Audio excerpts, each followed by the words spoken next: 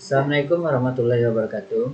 Perkenalkan, nama saya Randias Febrian dengan NIM 22002136, jurusan Administrasi Pendidikan.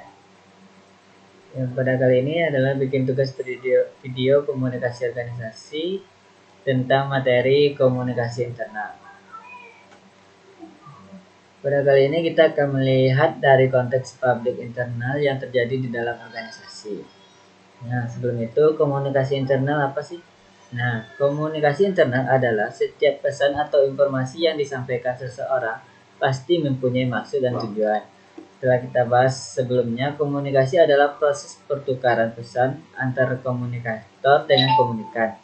Setiap pesan yang disampaikan pasti memiliki tujuan mengapa pesan tersebut disampaikan kepada seseorang. Nah, di sini ada beberapa fungsi dari pesan organisasi. Dilihat dari pesan yang kita lihat, apa sebenarnya fungsi dari pesan dalam sebuah organisasi.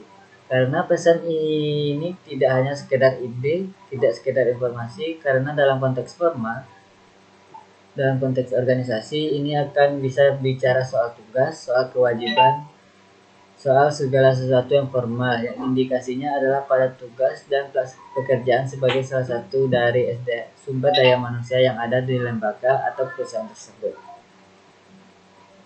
3 alasan pengiriman pesan. Jadi itu merupakan pendapat dari Kan and Kay. Sekarang, bagaimana pendapat Reading? Reading mengungkapkan 3 alasan pengiriman pesan, yaitu yang pertama untuk pelaksanaan tugas dari seseorang ke seseorang, bagian per bagian yang ada di sebuah lembaga atau organisasi. Yang kedua untuk pemeliharaan, dan yang ketiga adalah untuk kemanusiaan. Jadi ia melihatnya dari tugas, pemeliharaan, dan kemanusiaan. Fungsi utama dari pesan dalam organisasi ada 4. Fungsi jika dikelompokkan yang diambil dari pendapat Ken and Kay, yaitu bahwa fungsi pesan dalam komunikasi sebuah organisasi atau lembaga itu terkait dengan produksi. Yang kedua terkait dengan pemeliharaan, yang ketiga terkait dengan penerimaan dan pengelolaan organisasi.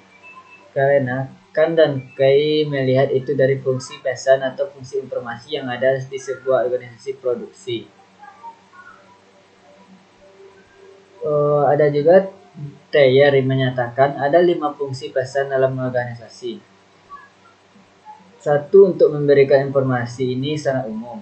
Yang kedua, informasi atau pesan yang disampaikan itu adalah tujuannya untuk membujuk seseorang, membujuk satu lembaga, membujuk satu bagian, yaitu membujuk untuk melakukan sesuatu sesuai dengan apa yang diinginkan.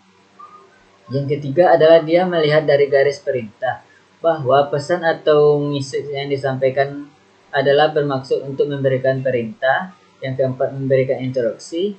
Dan yang kelima adalah mengintegrasikan organisasi.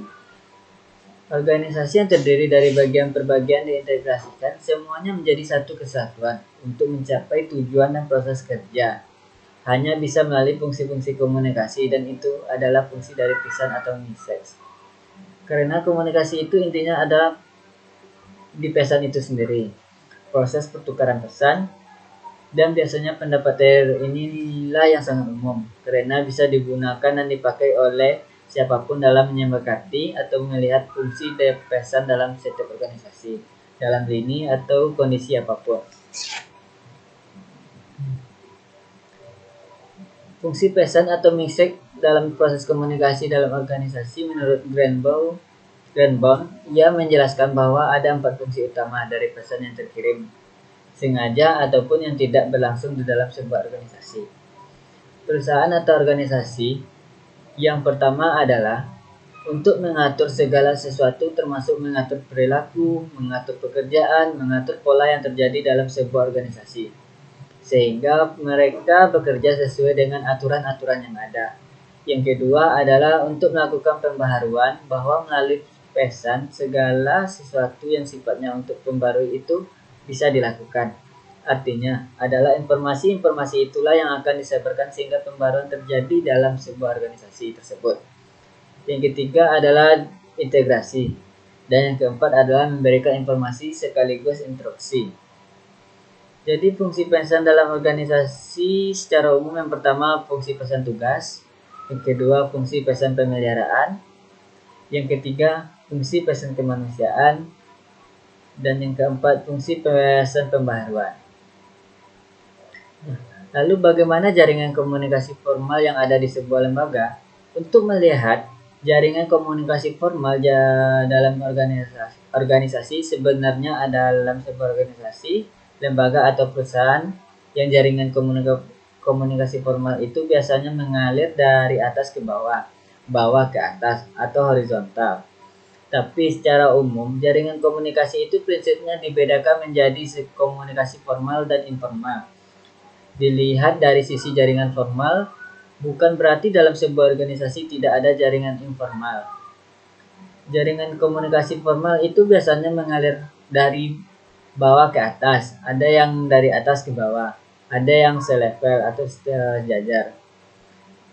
Atau kita menyebutnya dengan horizontal, atau ada yang pesan arusnya diagonal. Nah, ada 3 bentuk utama arus pesan atau jaringan pesan dalam komunikasi formal yang mengikuti garis komunikasi dalam struktur organisasi formal. Yang pertama, downward communication atau komunikasi kepada bawahan. Berarti dari atas ke bawah atau dari pimpinan ke bawahan. Kebanyakan komunikasi ini digunakan tentu saja untuk menyampaikan berbagai pesan, berbagai informasi yang berkenaan dengan tugas atau perintah. Tugas atau perintah yang dimaksudkan lebih terkoordinasi ke arah pesan yang kita sebut sebagai pesan pemeliharaan tadi. Lewis menyatakan, untuk menyampaikan satu tujuan, satu maksud, untuk merubah sikap, untuk membentuk pendapat, bahkan mengurangi ketakutan seseorang dalam lembaga, bahkan menghilangkan kecurigaan yang timbul karena salah informasi, mencegah kesalahpahaman karena kurang informasi, sekaligus mempersiapkan anggota organisasi untuk menyesuaikan diri dengan perubahan itu, adalah maksud dari komunikasi ke bawah atau downward communication. Untuk downward communication ini ada beberapa tips secara umum. Komunikasi ini diklasifikasi menjadi 5, yaitu instruksi tugas, yang kedua rasional pekerjaan, yang ketiga ideologi, yang keempat informasinya sendiri, yang kelima balikan.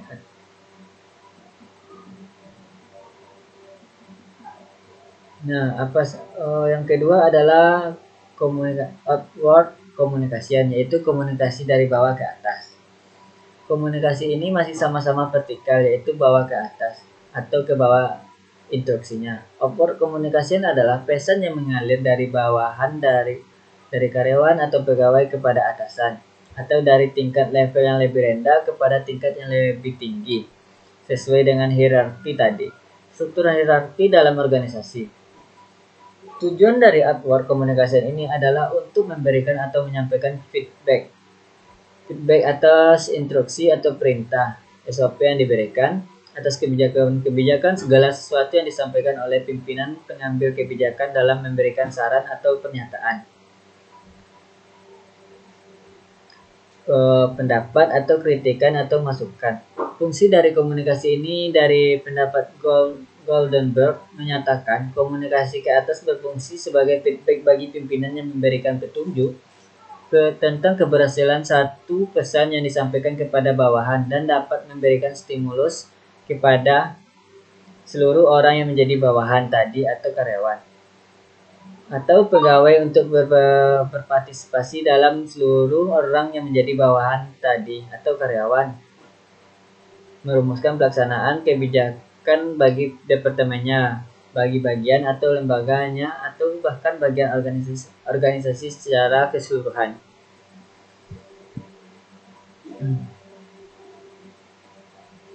Prinsip outward communication yang harus dipedomani oleh pimpinan menurut Plenty McShaver yaitu yang pertama, program komunikasi yang berarti terencana. Yang kedua, program komunikasi ke atas seharusnya berlangsung secara terus-menerus.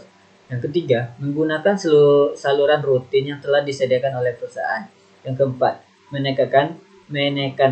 menekankan kesensitifan dan penerimaan ide-ide yang menyenangkan dilakukan dari level yang lebih rendah. Yang kelima, memerlukan pendengar yang objektif, yaitu adanya umpan balik. Yang keenam, perlu mengambil tindakan respon terhadap masalah yang jelas. 7. Menggunakan berbagai macam media dan metode untuk mengambil kebijakan. Nah, selanjutnya ya ada horizontal communication. Yang terakhir yaitu horizontal communication, pesan di antara orang-orang yang tingkatan otoritas yang di dalamnya organisasi itu relatif sama, yaitu karyawan dengan karyawan, pimpinan dengan pimpinan, dan sebagainya. Dan ada juga yang namanya diagonal communication, di mana kepala bagian A akan berkomunikasi langsung dengan karyawan di bagian B, dan itu sah-sah saja terjadi. Pesan ini biasanya berhubungan dengan tugas-tugas atau tujuan kemanusiaan, koordinasi, pemecahan masalah, dan lain sebagainya. Mungkin itulah yang dapat saya sampaikan tentang komunikasi internal kali ini. Jika ada salah dan janggal, mohon maaf. Wabillahi taufiq wal hidayah. Wassalamualaikum warahmatullahi wabarakatuh.